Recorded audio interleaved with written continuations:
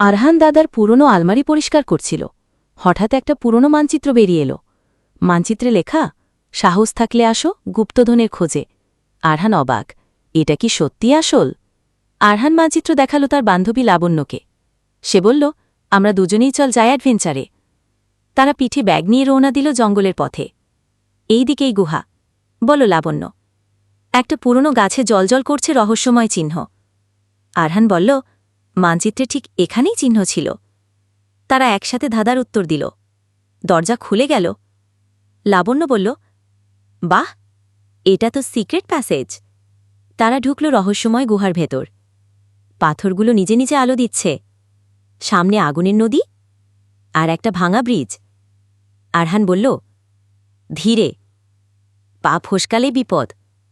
আরহান লাবণ্যকে হাত ধরে পার করল। আমরা দল একসাথে, ভয় নেই, হাসল লাবণ্য। শেষে তারা পৌঁছাল গুপ্তধনের ঘরে। সোনা, রত্ন আর পুরনো বইয়ে ভরা। একটা জাদুর বই হঠাৎ নিজে থেকেই খুলে গেল। ভেতরে লেখা, জ্ঞানী আসল গুপ্তধন। তারা বই পড়ে জানতে পারল অতীতের ইতিহাস।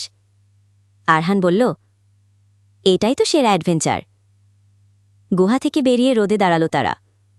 লাবণ্য বলল, আজকের দিনটা মনে রাখব চিরকাল। বাড়ি ফিরে মা বলল, তোমরা কোথায় ছিলে? হেসে বলল, একটা গোপন অভিযান করে এলাম। বন্ধুরা অবাক হয়ে বইয়ের গল্প শুনল। সবাই বলল, আমরাও একদিন যাব তোমাদের সঙ্গে। ছোট্ট বন্ধুরা, আজকের গল্প এখানেই শেষ। পরবর্তী পর্বে আবার দেখা হবে বেশ। ততদিন ভালো থেকো, হাসি মুখে থাকো, আইকার্টুন বাংলার সাথেই থাকো। আর একটা কথা মনে রেখো, সাবস্ক্রাইব করতে কিন্তু একদম ভুলো না। তাহলেই তো নতুন মজার গল্প সবার আগে পাবে।